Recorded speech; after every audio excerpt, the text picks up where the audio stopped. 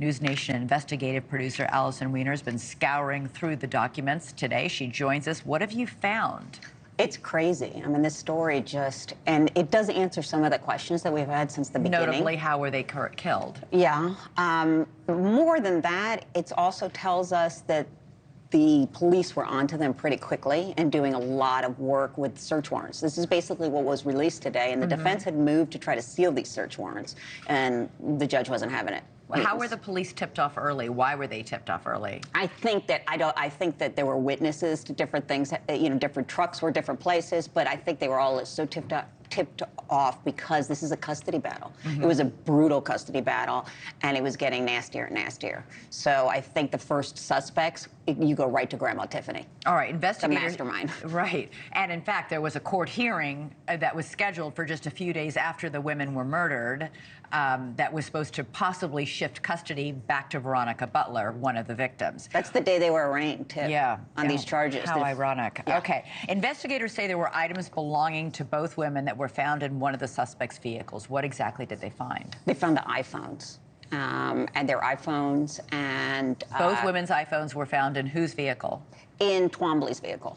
Okay. And one of the defendants' vehicles. The problem with this case is if you keep, there are 5 defendants, so it gets a bit confusing when you start talking about everybody, but basically, Tiffany Adams, who we were calling the mastermind, there were other people involved, and everybody was working together.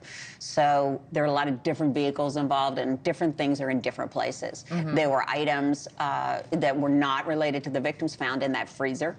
There were things, you know, found at a lot of different locations. So you see the police really, like, trying every single way to get the evidence that they need, and they got a lot. Okay, the documents show a stock trailer was seized from Mr. Twombly's property? Yes. He claims it wasn't his. It wasn't him that claims it was a family member who claimed that it wasn't his. That it didn't belong to him, but something was found inside there as well. What? Well, they actually saw things that looked like blood stains, and in the affidavit, you see that they are using like these wet swabs. That's what they use to get blood off. Right. So you can kind of extrapolate from the fact that they're using a certain technique. This is the trailer that everybody thought was used to transport these women from the car area where they were first abducted to the place where they were buried, which is on Jamie Beasley's property. Okay. So the vehicle obviously will have a lot of potential DNA and blood because they were found with a lot of, you know, blood on their clothing. There was a lot of blood found at the scene of their car. One of the suspects apparently talked quite a bit in the time between the crimes and the time he was arrested. What did he say? Well, this was the suspect number 5, Paul Grice. He was arrested much later than the first 4. Yes, and he had time to go about town and chat with people. So I mean, it was just, you sort of just go, why? But the first time he was talking to a friend of his, and he actually said, do you know a guy that if someone wanted to leave the country, that he would help them do that. He also apparently, or allegedly, go to Mexico, right? Go to Mexico, he was specific about it. Yes, he was specific about it, and he also said wanted to know about how long DNA would last if it was in the dirt, underground, 15 feet down.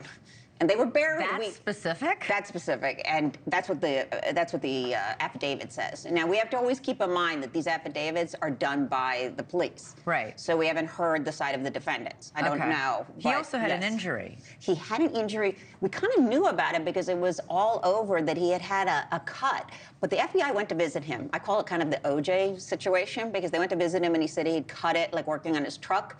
The friend testified to the police that he had cut it a different way. So he has different conflicting, you know, statements on how he got the injury. It's a bandage right pinky. But he was seen at an Easter celebration the day after they were murdered with a bandage on. Yeah. Which often happens when people are stabbing people. Do we know why he was arrested so much later?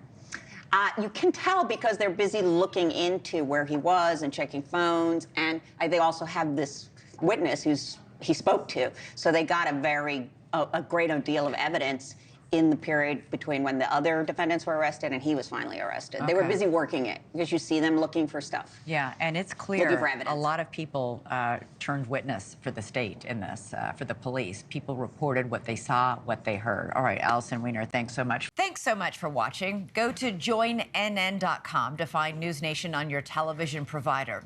And don't forget to click the red subscribe button below to get more of NewsNation's fact-driven, unbiased coverage.